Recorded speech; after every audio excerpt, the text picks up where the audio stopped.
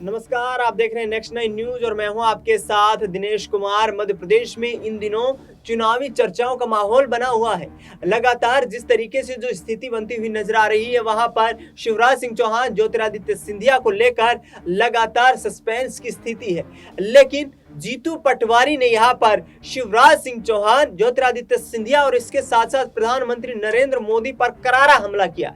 क्या कुछ कहा है, सुनिए जरा। साथियों,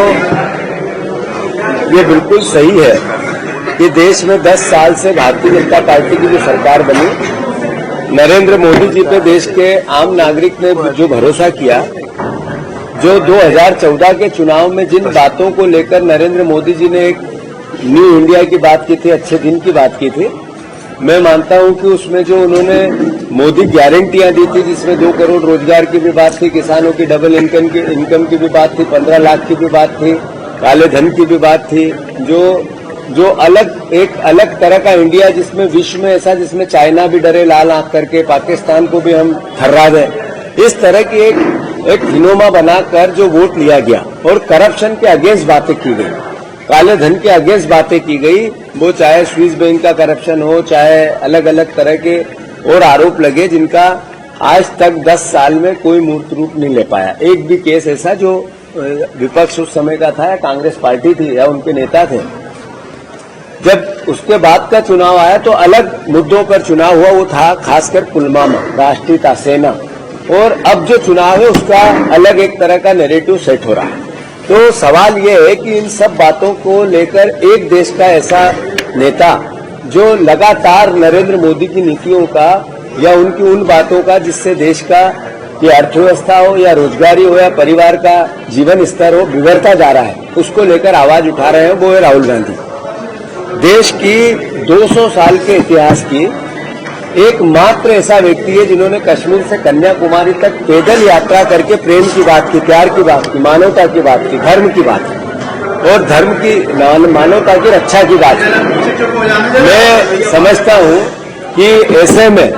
आज भारत जोड़ो न्याय यात्रा एक पॉलिटिकल मोटिवेशन इस बात का है कि जो लोग आज बेरोजगार है, ऐसा एक परिवार नहीं बचा जिसमें बेरोजगारी की परेशानी न हो, ऐसा एक परिवार नहीं बचा जिसमें खासकर जर्नलिज्म के हमारे परिवार के साथी जो महंगाई के चाबुक नहीं खा रहे हो,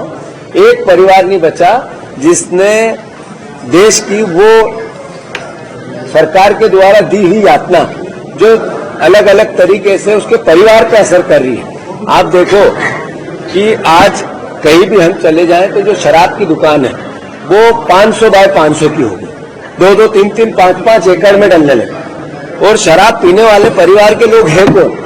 वो हमारे मध्य प्रदेश के लड़के परिवारजन है। इतनी शराब क्यों बिकने लगी, जिससे मतलब हर व्यक्ति, हर नया युवा शराब की ओर आकर्षित, नशे की ओर आकर्षित हुआ।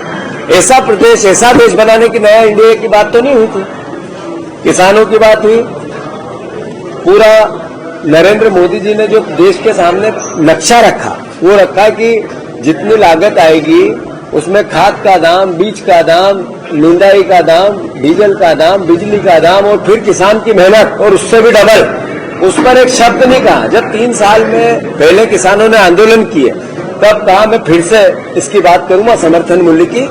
पर उसके बाद आज तक नहीं। तो आपने सुना, यहाँ पर जीतू पटवारी साफ तौर पर ये कहते नजर आ रहे हैं कि भाजपा के शासन में मध्य प्रदेश कर्ज के नीचे डूब चुका है, बेरोजगारों को रोजगार नहीं है, किसानों के लिए फसल के दाम नहीं है, महिलाओं के लिए सुरक्षा नहीं है और बच्चों के लिए शिक्षा स्वास्थ्य नहीं है। यानी कि मध्य प्रदेश सरकार पर और मोदी सरकार पर लगातार यहाँ पर हमला बोलते हुए नजर आ रहे हैं जीतू पटवारी। अब देखना होगा कि चुनाव में कितना कमाल दिखा पाते हैं। फिलहाल इस खबर में इतना ही। देश दुनिया की तमाम बड़ी खबरों के लिए आप देखते रहिए नेक्स्ट 9 न्यूज।